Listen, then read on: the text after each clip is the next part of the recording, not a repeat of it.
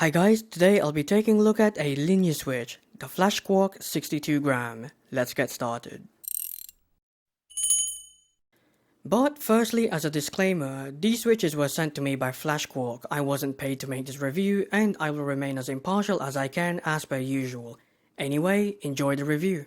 Now, the Quark switches come in two weightings, a 62 and a 68 gram variant. I'm testing out the lighter 62 gram variant for this review. Additionally, the springs used for these switches are Flashquark's own 2-stage long switch springs, which come in more weighting variants by the way, even a 150 gram one in case the default springs are too light for you. Now, pricing wise they are 49 cents per switch on Flashquark, placing these in the mid-range. And this is what they look like when disassembled. Feel free to pause the video. Now, let's move on to the switch categories.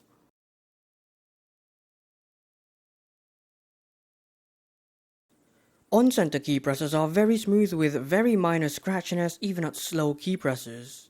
Off-center key presses are also very smooth with only minor scratchiness and slight binding at slow key presses, but these are barely noticeable for the most part. Overall, it's a nice and consistently smooth switch, 8 out of 10. Now, according to Flashquark, these switches have a 62 gram bottom out and a total travel of 3.5mm. Now, in terms of the actual key feel, I couldn't feel the 3.5mm travel, it just felt like a normal switch really, which is neither a good or a bad thing by the way. Additionally, the weighting is on the lighter side, it's quite close to the Momoko Frog switch from a few years back, which isn't to my preferences. But these have a cleaner and a more consistent weighting delivery. Now, consistency wise, it's very Akko-like, it's very consistent with basically zero binding in most typing speeds. That's pretty damn good in my opinion. Overall, even though it's lightly weighted and I personally wouldn't buy it, it's a very consistent performer which I can at least appreciate. 6 out of 10. Now, these sound poppy, and of course they are on the clacky side as well, but they aren't anything special.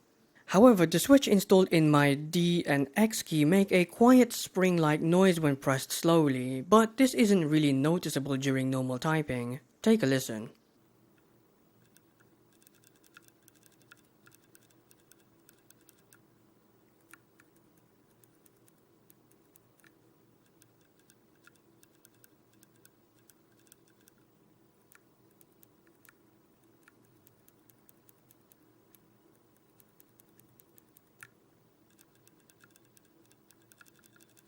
Overall, they have a nice and clean sound, 7 out of 10. Now, take a listen and enjoy.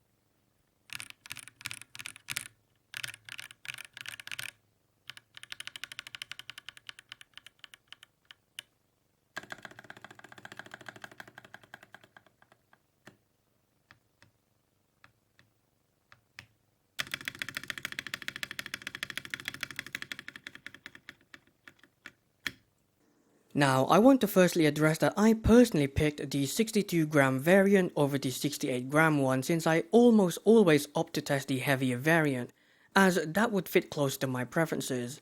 But I wanted to try something different this time, so keep that in mind. Secondly, as these are lighter than what I would have preferred, I did make more typos on them, but since these were very consistent, I didn't make as many compared to other lightly weighted switches. Finally, compared to specifically the Momoko Frog Linears, its closest competitor, these are overall a slightly better packaged switch. It's basically a small upgrade, plus these are cheaper as well.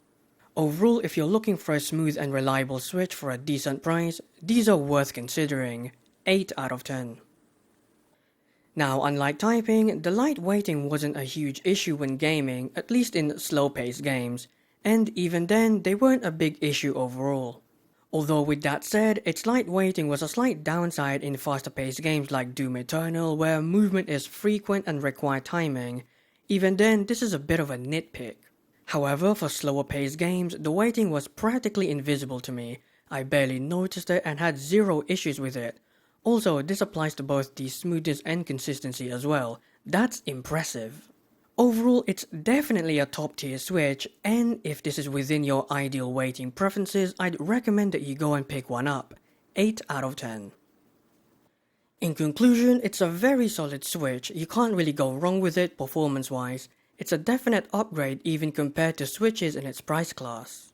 The final score for the Switch is 37 out of 50 or 74%, which is up there but not quite in the upper echelon. Perhaps next time. I mean, there's always a next time, isn't there?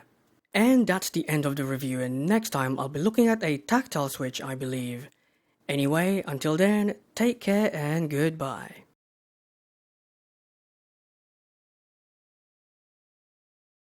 And as a bonus clip for those who stay till the very end of the video, Flashquark also gave me this. It's an inflatable hammer, I guess. It makes a squeaking noise when you squeeze on it.